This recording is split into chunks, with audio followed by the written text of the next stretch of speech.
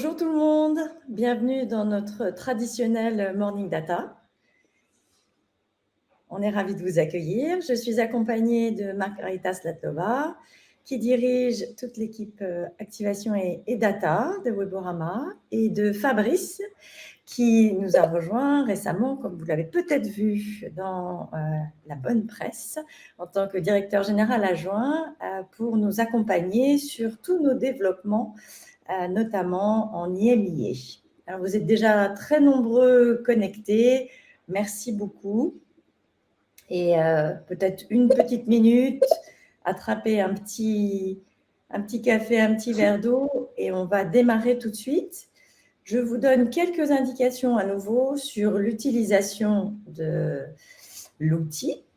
Vous avez donc des questions, donc une boîte à questions. N'hésitez pas à les poser.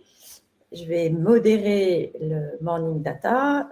Margarita et Fabrice se feront un plaisir d'y répondre, soit tout au long de la présentation, soit on vous répondra ultérieurement avec toute l'équipe commerciale. Allez, je crois qu'on est prêt. Donc, ce matin, le sujet est comment augmenter la visibilité de vos messages publicitaires dans un environnement cookie-less. Tout un programme. Alors Maggie, explique-nous pourquoi il faut se poser cette question. Alors, on va commencer effectivement par un petit constat. Bonjour à toutes et à tous. Pour démarrer, j'espère que vous allez bien par cette journée ensoleillée. Alors, pourquoi il faut se poser cette question sur le cookie-less? Alors, on part de quelques simples constats, mais que vous connaissez tous. Tout d'abord, on a le côté légal, donc tout le côté GDPR et e-privacy, qui a une influence sur les consentements pour la pose des third-party cookies. Et comme on le voit, en fait, au fur et à mesure du temps, ça augmente de plus en plus, surtout depuis la dernière recommandation de la CNIL qui est arrivée en avril l'année dernière. Le taux de consentement refusé est de plus de 30% aujourd'hui et il continue à grimper de 1 à 2% par mois. En même temps, on a le côté navigateur, donc tout le côté technique, avec Firefox et Safari qui, depuis un certain temps, depuis 2019 et début 2020, n'acceptent plus la pose des cookies tiers.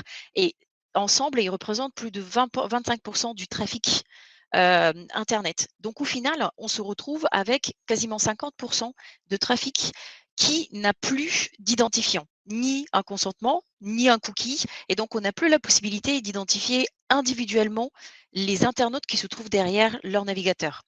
Et comme vous le savez, la disparition des cookies tiers est prévue pour 2023 avec l'arrivée de la Privacy Sandbox de Google. Donc, tout ceci nous donne un contexte très important dans lequel il faut se dire que dès aujourd'hui déjà, il y a une grande partie des personnes qui font partie de nos cibles, de nos prospects, de nos consommateurs qu'on ne peut plus toucher avec les third-party cookies. Et c'est ici, effectivement, où arrivent les alternatives.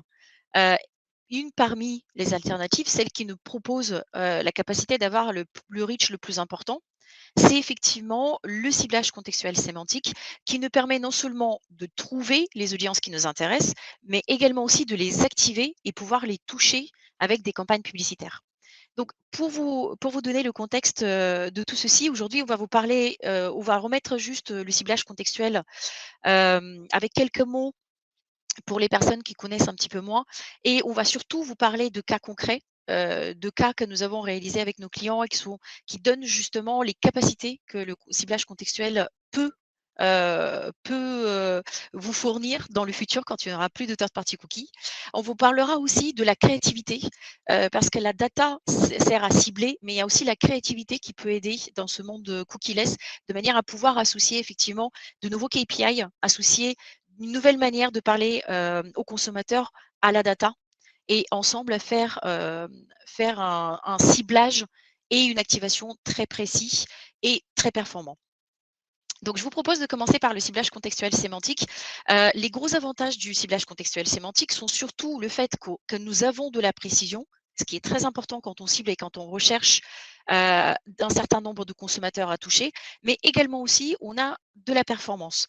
La manière dont cela fonctionne, c'est tout d'abord, on identifie les contenus des pages de manière la plus précise possible, c'est-à-dire qu'on va nettoyer tout le bruit sur la page et garder essentiellement le texte de l'article, par exemple, qui sera lu par un humain.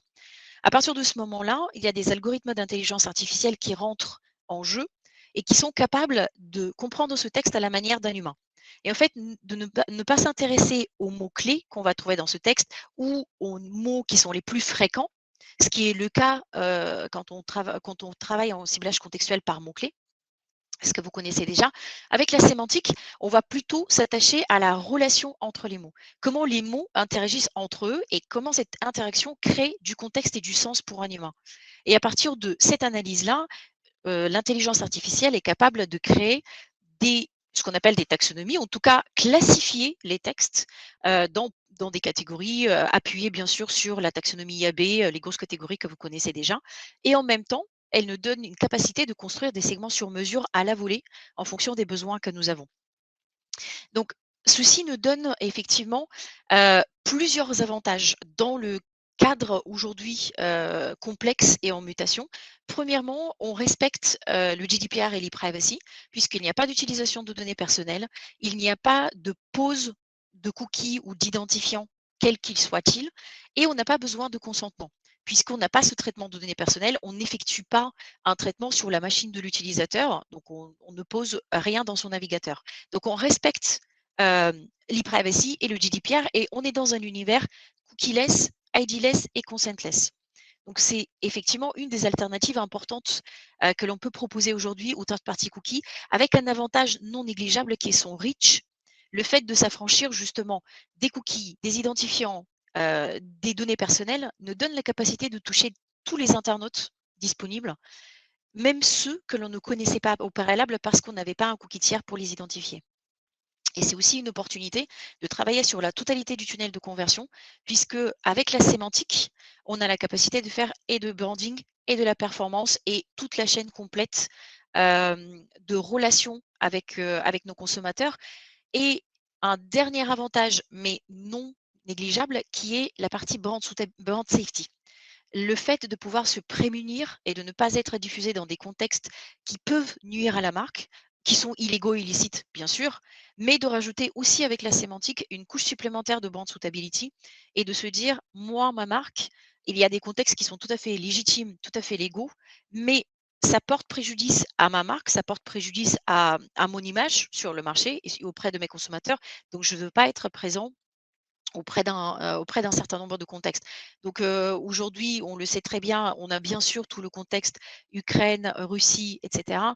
Mais avant ça, on avait le Covid qui reste des contextes très souvent abordés, notamment dans les articles de presse et on n'est pas toujours, en tant que marque, tout à fait enclin à être présent à côté de ces contextes-là.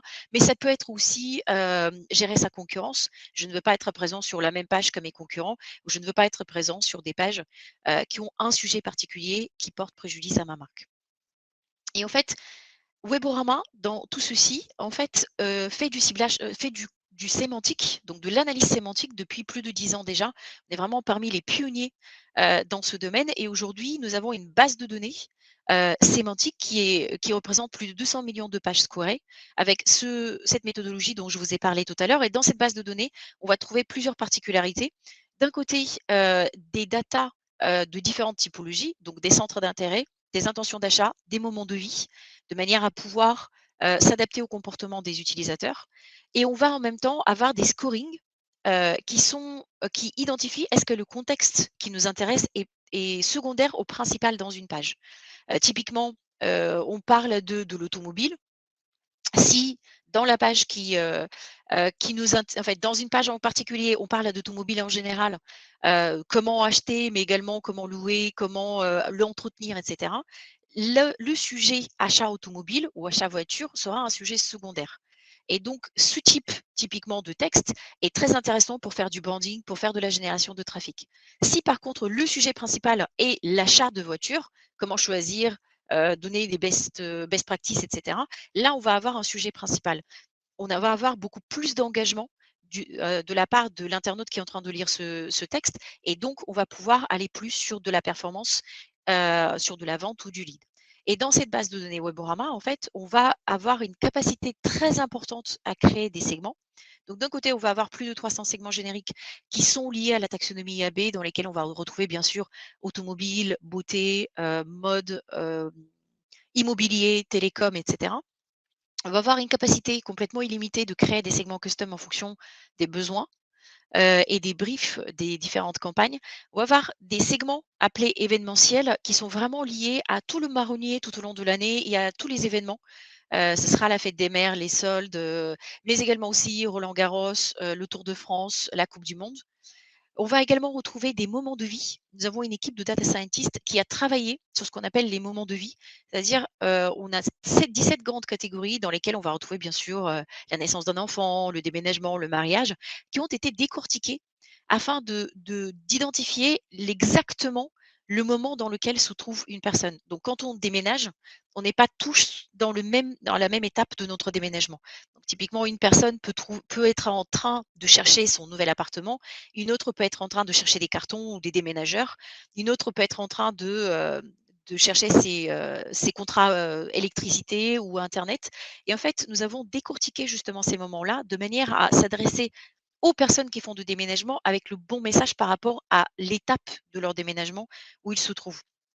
La bande safety, on en a parlé, c'est vraiment important, surtout quand on est dans de la contextualisation, puisque vous allez le voir avec les exemples qu'on va vous donner, la contextualisation même des messages publicitaires a un impact très important et sur la visibilité du message et sur l'engagement que ça provoque chez les internautes. Donc, c'est vraiment important d'être dans un environnement qui est propice à la marque.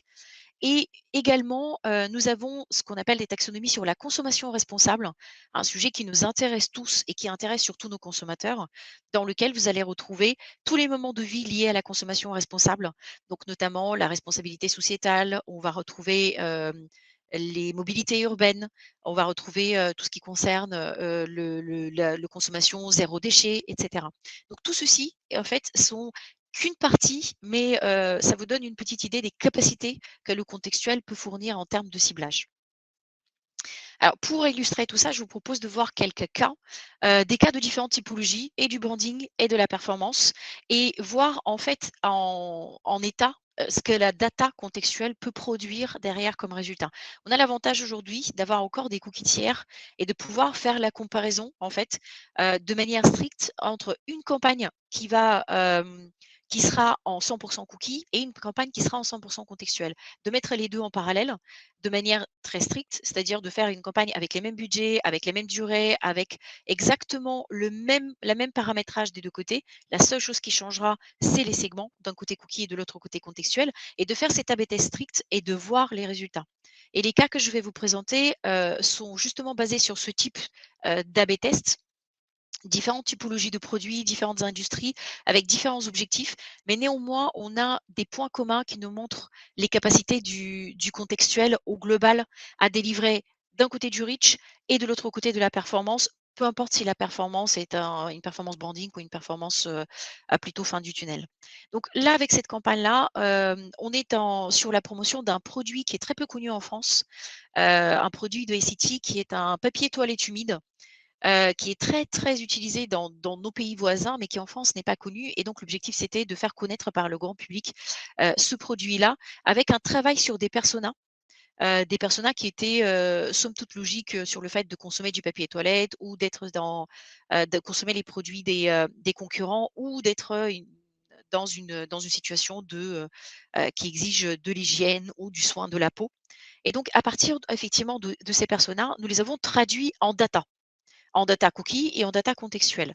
Et nous avons obtenu une vingtaine de segments qui ont été subdivisés en sous-segments. Et donc, ça nous a donné une campagne très, très granulaire qui a plus d'une centaine de stratégies d'achat, de manière à comprendre justement exactement quelle typologie de data fonctionne et quel sous-segment produit les effets que nous attendons.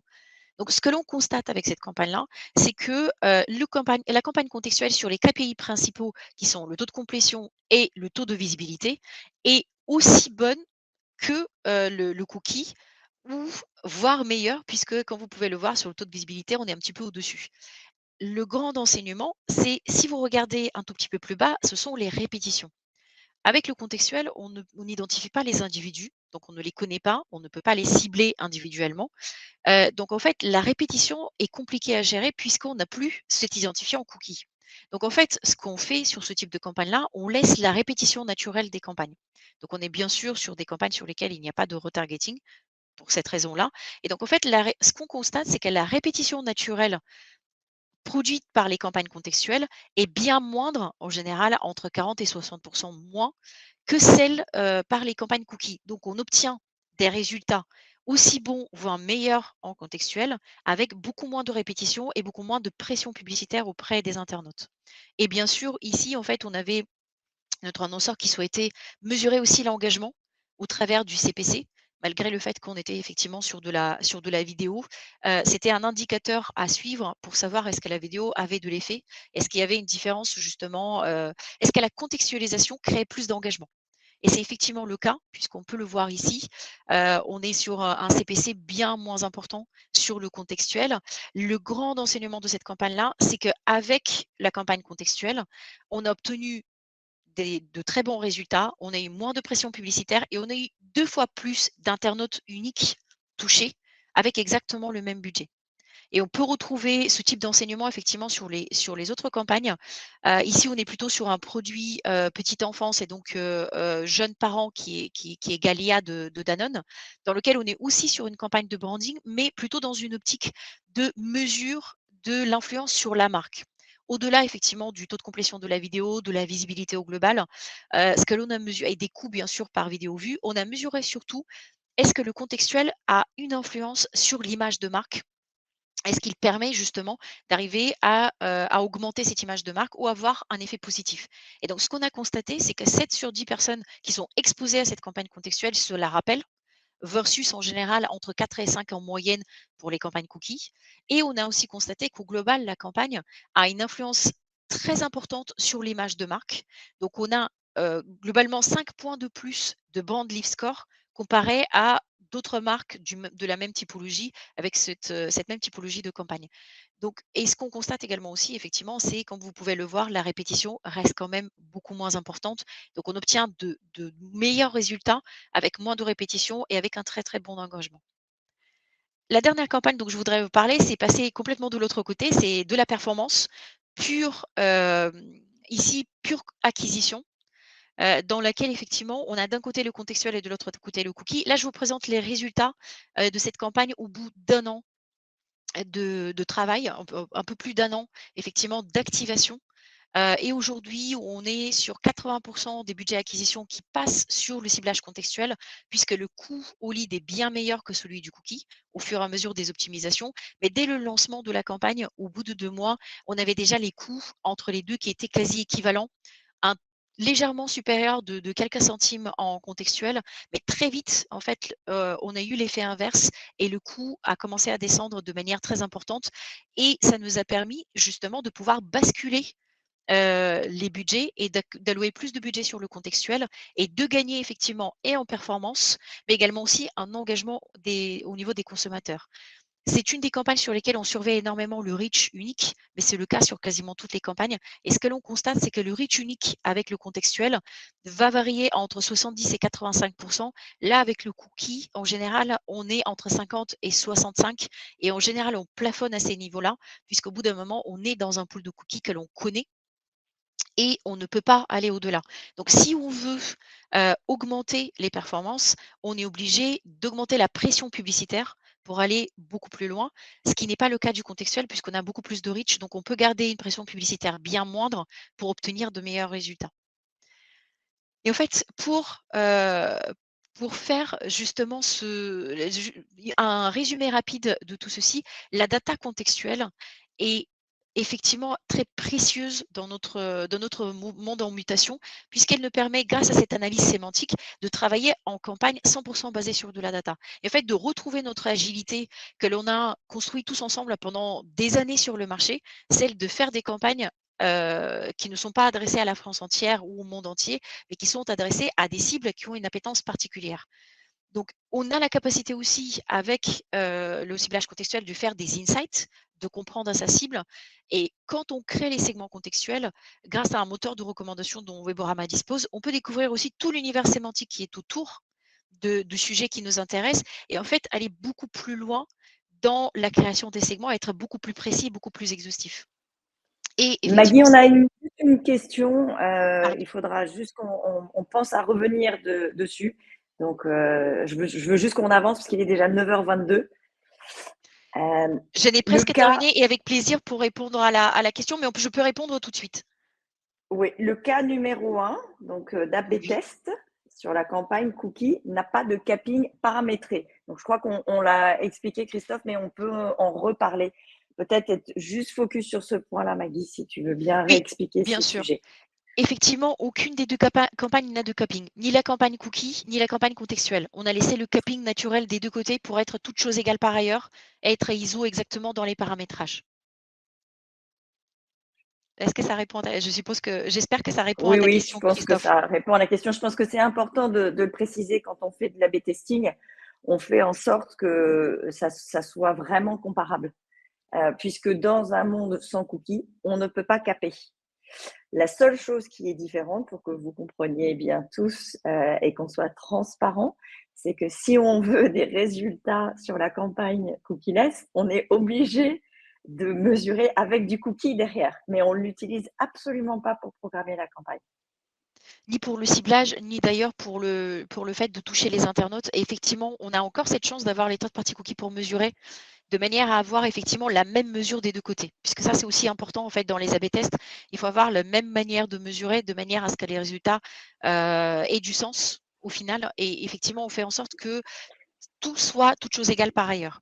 Et donc du coup, Parfait. Allez, pour on passer va juste avancer. la main à Ouais. Fabrice, en fait, en toutes ces datas contextuelles, c'est très important aussi d'y associer de la créativité, d'associer des formats innovants et des formats engageants pour justement recréer une relation dans ce contexte cookie-less avec les internautes d'une manière complètement différente. Et je te passe la main, Fabrice. Merci Maggie. Est-ce que vous avez Effectivement, des questions avant juste d'enchaîner peut-être sur la suite de la présentation? Donc, tout ce que vous a présenté Margarita à l'instant, avec des use cases, et pour répondre aussi à une question précédente, bien sûr, est accessible. On peut partager plus de détails avec vous, organiser une réunion ou une plénière si vous le souhaitez, pour rentrer bien dans le détail. Maintenant, tout ce que vous avez vu, que Maggie vous a expliqué, ça s'applique également sur l'InVideo dont va vous parler Fabrice. merci beaucoup. Alors effectivement, l'InVideo fait suite à l'acquisition de Weborama d'Adways depuis maintenant 3 mois, un peu plus de 3 mois. Et donc, c'est un vrai bonheur et une fierté d'avoir rejoint Weborama. Et tout le travail depuis 3 mois, c'était effectivement de, on va dire, plugger toute cette data sur nos formats. Donc là, aujourd'hui, on va faire un petit focus sur la partie InVideo. Mais vraiment, si on peut passer sur le slide d'après. Hop. Voilà. Donc effectivement, les bénéfices de ce format in vidéo, c'est comme on l'a dit, c'est de plugger ce contextuel. Mais comme on le sait, c'est notamment les normes IAB et l'IAB qui nous disent ça. On sait à peu près que 40-45% des publicités ne sont pas vues.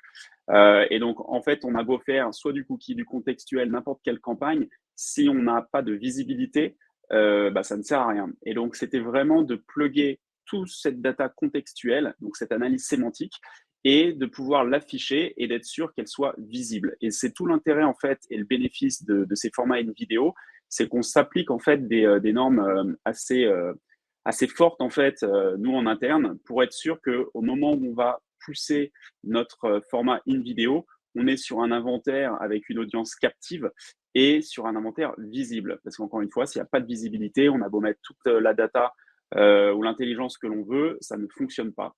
Et on va voir donc après avec des exemples que suite à toutes ces campagnes qu'on a pu faire et maintenant en pluguant la data, on obtient vraiment des résultats incroyables en termes de visibilité et de performance. Ici, c'est un exemple parce qu'avec Roland Garros, déjà, ça commence la semaine prochaine, donc c'est vraiment d'actualité. Et on est très intéressé par ce partenariat qu'on a avec France Télé. Donc là, on est vraiment en partenaire technique, technologique. C'est eux qui s'occupent bien sûr de la commercialisation de leurs espaces. Donc sur Roland Garros, c'est tous les live streams. On va lancer la vidéo et on va voir en fait hop, que pendant les 10-15 premières secondes, en fait, ici, c'est là où on va s'assurer avec nos propres critères que le player est suffisamment grand, qu'il est 100% visible à l'écran, qu'on peut faire également toute cette analyse donc sémantique et ce matching pendant les premières secondes en fait de l'analyse vidéo. Et au bout de quelques instants, on va donc dans ce cas, c'était la campagne de l'année dernière, afficher un petit widget et au clic de ce petit widget, on réduit le stream sans l'interrompre de manière à pouvoir, en fait, ici, c'était donc répondre à un petit quiz et mettre les informations, nom, prénom, email, de manière à redonner la donnée et la data. Dans ce cas-là, c'était avec MJ. Donc ici, en fait, l'idée, c'est vraiment de dire que ce format va venir de manière non intrusive. On propose, on suggère, l'internaute peut le fermer dès la première seconde s'il le veut, parce qu'il y a une petite croix de fermeture. Et donc, tout simplement, au clic, il va pouvoir interagir avec l'annonceur. Donc ici, c'est vraiment cette notion de visibilité. Pourquoi? Parce que nous, on va garantir qu'au moment où on fait l'ad call, l'internaute voit à 100% la vidéo. La vidéo n'est pas en bas de page, en autoplay et ainsi de suite. Et il est le seul, en termes d'annonceur, le seul à l'écran à pouvoir donc proposer, suggérer son produit. Donc, si on passe au slide suivant, on va revoir un petit peu comment ça fonctionne. Et donc, tout simplement, donc, comme on l'a vu, l'internaute, l'utilisateur arrive sur la page de l'éditeur, il va vouloir consulter un contenu, il lance son contenu vidéo, et c'est pendant ces 10 premières secondes qui sont vraiment très importantes qu'on va encore une fois vérifier la visibilité, surtout faire aussi l'analyse sémantique derrière pour pouvoir faire le meilleur matching entre le contenu et les annonceurs, et donc de pouvoir en fait au bout de 10 secondes faire l'ad call et déclencher ce petit format in vidéo de manière, encore une fois, non intrusive, parce qu'on n'interrompt à aucun moment la consommation de la vidéo. Donc, c'est vraiment très important de comprendre ce laps de temps que l'on se garde, en fait, pour, appliquer nos normes et être sûr, encore une fois, que l'inventaire est qualitatif et visible, et deux, pouvoir effectivement pousser de manière contextuelle le meilleur annonceur en relation avec le contenu. Donc, maintenant, sur les prochains slides, on va voir quelques exemples pour vous montrer qu'en plus de la mécanique, qui est très importante parce que c'est ce qui va driver en fait les KPI, on peut rajouter en fait aussi toute une notion de créativité, et on a donc du coup plusieurs formats qui vont pouvoir être mis à disposition des annonceurs. Donc ici, typiquement, on va être sur un contenu, par exemple, auto, avec un interview de Zlatan, et on va pouvoir pousser un petit widget interactif, encore une fois, avec une petite animation, mais une petite croix de fermeture aussi dès la première seconde. Et on va faire ça au bout de 10-15 secondes, de manière à être sûr que la visibilité, encore une fois, soit vraiment à 100% en termes d'inventaire, parce qu'on va le faire qu'une fois qu'on a vérifié tous nos critères. Donc là, c'est ce qu'on appelle chez nous le petit ink-roll. Donc, c'est vraiment un petit widget interactif qui vient se poser par-dessus. Si on passe à l'exemple suivant, on a ce qu'on appelle les formats donc skin roll. Et donc, le skin roll display ici, c'est de pouvoir en fait réduire dynamiquement, encore une fois, le contenu vidéo. Et ici, on a fait donc un petit encadrement en 3 bandes. Donc, on peut le faire en 2 bandes, 3 bandes ou complet en 4 bandes, parce qu'on doit respecter le format 16 neuvième. Et ici, on voit, on a aussi détourné un petit peu les contours de la créa qui vient se poser de manière plutôt harmonieuse par-dessus le contenu. Donc ici, vraiment, l'idée, c'est vraiment de montrer le côté comment matcher effectivement du contenu qui vient donc de nos éditeurs partenaires et de pouvoir du coup pousser nos formats. Le troisième et dernier qu'on va vous montrer ce matin, c'est ce qu'on appelle le skin roll vidéo. Ici, encore une fois, l'idée, c'est de suggérer. Donc, on a un petit pré-roll, en plus, une petite capsule vidéo qui se met en haut à droite. Et au clic de l'internaute, encore une fois, c'est lui qui l'active, va pouvoir en fait regarder le pré-roll et mettre en pause son contenu. Donc, en fait, l'internaute ne sort pas du contenu, ne sort pas du site de l'éditeur. Il va vraiment juste interagir en fait avec l'annonceur s'il le souhaite. Et encore une fois, s'il ne le souhaite pas, il y a toujours ce petit bouton de fermeture. Ce qui est très intéressant, c'est qu'on voit généralement que les internautes ferment à moins de 10-15% les créas. Quand on compare ça avec les taux de skip, par exemple sur les pré-rolls qui peuvent atteindre 85-90%, on se rend compte en fait qu'en termes d'intrusivité ou d'acceptation du format, on est plutôt sur des scores très très forts. Si on passe au slide suivant, on va voir qu'en fait, tout ça fonctionne si on a un inventaire, bien sûr, premium. Et donc, c'est là où on a, depuis 2 ans, essayé de créer des relations très fortes avec des éditeurs premium qui ont, bien sûr, de la vidéo. Parce que voilà, c'est sur ces inventaires-là que les annonceurs veulent être. c'est sur ces inventaires-là qu'on sait qu'on va pouvoir trouver une superbe audience. Et donc, l'idée, c'est vraiment de continuer de grossir cet inventaire pour pouvoir aussi bien travailler sur de la thématique que bien sûr sur le côté contextuel. Fabrice, on a une question. Oui. Quid de l'intrusivité de ces campagnes? Oui, alors en fait, la notion d'intrusivité est très importante. Notamment, c'était sur les événements les événements de Roland-Garros et de Tour de France que France Télé avait fait des analyses en fait consommateurs au niveau de l'intrusivité. Les scores étaient très très bons. Pourquoi? Parce qu'il n'y a pas d'intrusivité en termes de arrêt du temps. C'est-à-dire qu'entre je veux regarder mon contenu et je dois attendre 30 secondes et parfois sur certains éditeurs, donc notamment sur la catch-up, où on doit attendre 2, 3, voire 4 pré-rolls. Donc on parle de 90 secondes, donc pratiquement 1 minute 30 à 2 minutes de pré-roll où on est forcé de les regarder pour aller à son contenu. Ici, l'intérêt, c'est que potentiellement, on arrive directement dans le contenu et au bout de quelques secondes, on va avoir effectivement ce dispositif qui arrive en overlay ou en réduction de stream, mais on n'interrompt pas le temps. Donc, c'est pareil en termes de mid-roll. Ce qui a peut-être encore de pire, c'est qu'on regarde son contenu et tout d'un coup, on est coupé. On doit regarder 30 secondes un mid-roll avant de continuer son contenu. Ici, on suggère, on met une croix de fermeture dès la première seconde. Donc, encore une fois, on va mesurer vraiment très précisément ce close button. Pourquoi? Parce que si on avait des taux de fermeture à plus de 80%, comme on le voit sur le skip avec le pré-roll, on pourrait se poser des questions. Ici, dans ce qu'on mesure, on est plutôt autour de 10-15% maximum en termes de taux de fermeture sur ces formats. Donc, la notion d'intrusivité, en plus dans le milieu publicitaire, c'est toujours un petit peu délicat de parler d'intrusivité parce que par définition, la publicité est intrusive.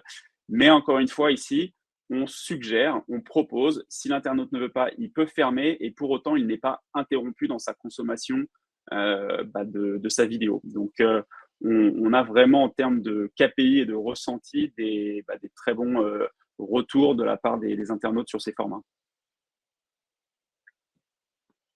Et si on passe sur le dernier slide, c'est ce qui résume un petit peu justement tout ce qu'on vient de voir. Donc, en termes de visibilité, on peut mettre bien sûr tous les IAS, Moat, AdBlocks, etc. Et systématiquement, on peut garantir une visibilité à 90%. Pourquoi? La norme aujourd'hui, c'est que le format doit être vu à 50% pendant 2 secondes. Nous, on attend 10 secondes, 15 secondes que l'internaute soit dans le contenu. On vérifie que l'inventaire est visible à 100%. Et à partir de là, on va pouvoir faire notre ad call. Donc, c'est pour ça qu'un internaute qui est déjà depuis 10-15 secondes sur un contenu vidéo va probablement aller au-delà et continuer. S'il n'est pas intéressé par le contenu, généralement, dans les 10 premières secondes, il part. Donc, quand on va faire vraiment l'ad call, on est sûr que l'internaute est captif et qu'il est vraiment là pour encore un petit peu plus de temps. Et donc, on va faire l'ad call à ce moment-là, ce qui permet en fait d'avoir vraiment ces taux de visibilité garantis vraiment très, très, très supérieurs à la moyenne du marché. Deuxième effet, c'est l'exposition. Donc, comme on le disait, dans les normes, il faut que ça soit 50%, 2 secondes.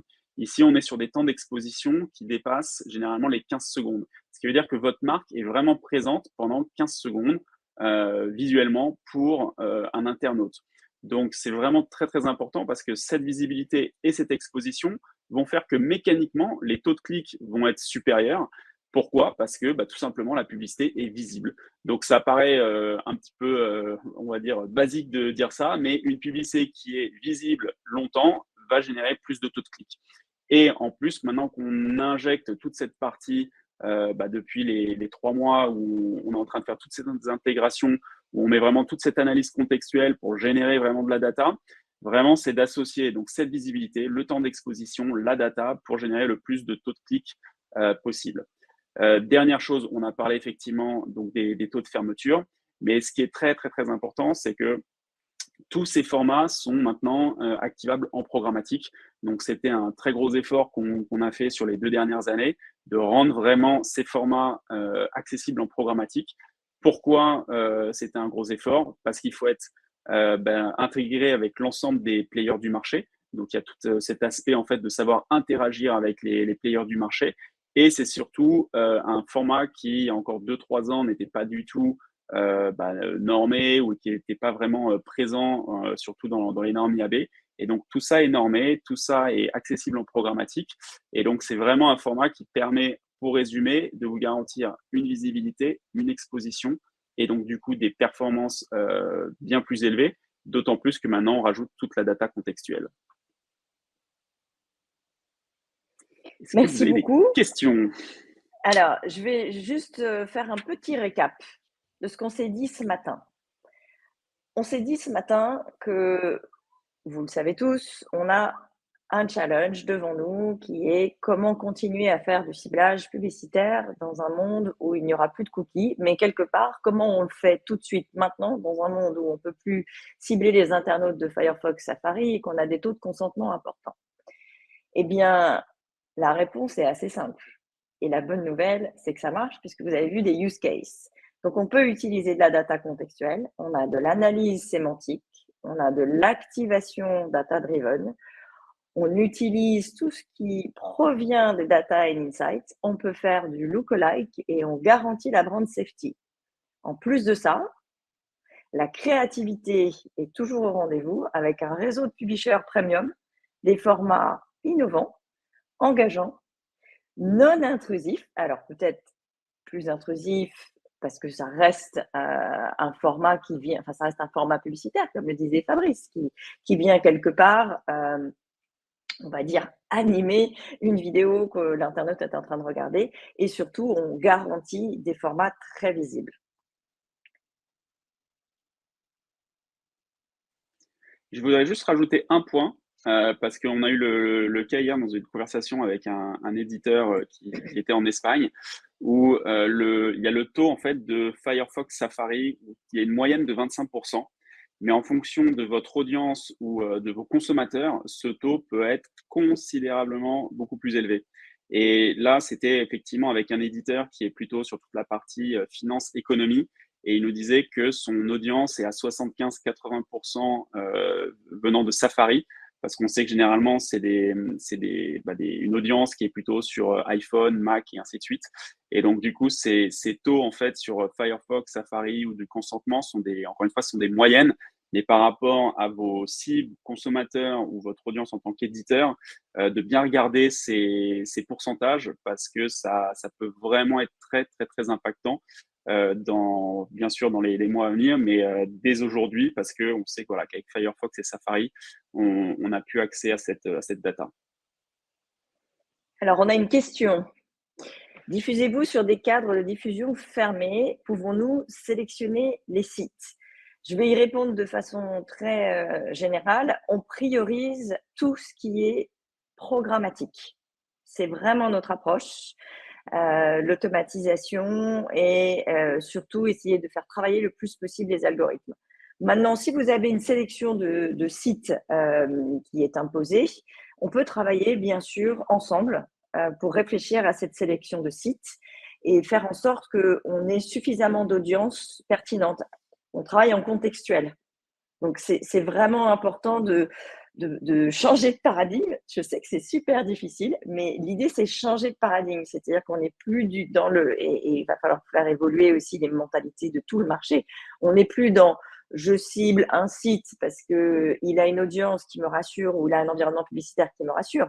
C'est je cible un contenu et un contexte qui me garantit la meilleure exposition de ma publicité et les meilleures performances. Donc, j'ai envie de dire oui, mais non, je ne pense pas qu'il faudrait le faire. Désolée, Alix, peut-être que ce n'était pas la réponse souhaitée. Mais c'est bien qu'on commence à changer et à éduquer le marché sur ces aspects-là et sortir un peu des carcans du média planning dans lequel nous sommes tous enfermés. Je rajoute juste effectivement que la partie brand safety et brand suitability est vraiment quelque chose de très important pour nous. Notamment, c'est justement pour garantir le fait de ne pas être dans des contextes qui ne nous conviennent pas et un segment qui est créé chez nous avec l'outil contextuel, que ce soit qu'il soit utilisé pour l'in-vidéo ou pour tout autre format, a systématiquement ce côté brand suitability et brand safety intégré. Donc, au-delà, effectivement, des 11 segments brand safety de l'IAB qu'on exclut des campagnes, mais on a également le côté brand suitability pour s'assurer qu'effectivement, qu'il y ait une whitelist ou pas, on soit dans des contextes qui ne sont pas négatifs pour la marque et qui ne posent pas de problème. Donc, l'exclusion, en fait, des contextes est très importante également aussi chez nous.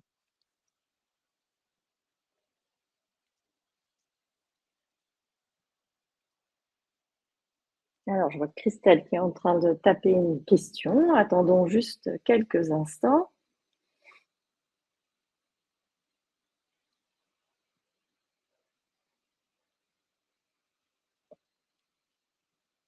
Donc, je rejoins Alix. Il est surtout question de s'assurer sur les sites incontournables. Oui, clairement. Après, d'être visible. Oui, être visible, il n'y aura aucun souci. Des sites incontournables ne seront peut-être pas sélectionnés dans l'environnement contextuel. Et surtout, même si on dit qu'on les sélectionne, ce qui est important, c'est qu'on va aller chercher, comme l'expliquait Margarita, un reach supplémentaire. C'est vraiment le bénéfice de cette approche, nouvelle approche publicitaire, de ne pas se cantonner à un site à site, donc de ne pas se cantonner finalement à un média planning relativement classique ou encombré, mais d'aller chercher là où vos internautes sont en train de consulter les contenus intéressants. Et je comprends la question. Alors, on a encore un autre petit point. On termine d'ici 2 minutes pour laisser le temps à tout le monde d'enchaîner dans sa journée. C'est le format du Morning Data. L'idée, c'est vraiment une demi-heure, 3/4 d'heure. Les coûts des campagnes augmentent-ils pour un même résultat? La bonne nouvelle, c'est que c'est non, puisque en fait, comme vous avez beaucoup plus de reach, vous avez moins de répétitions.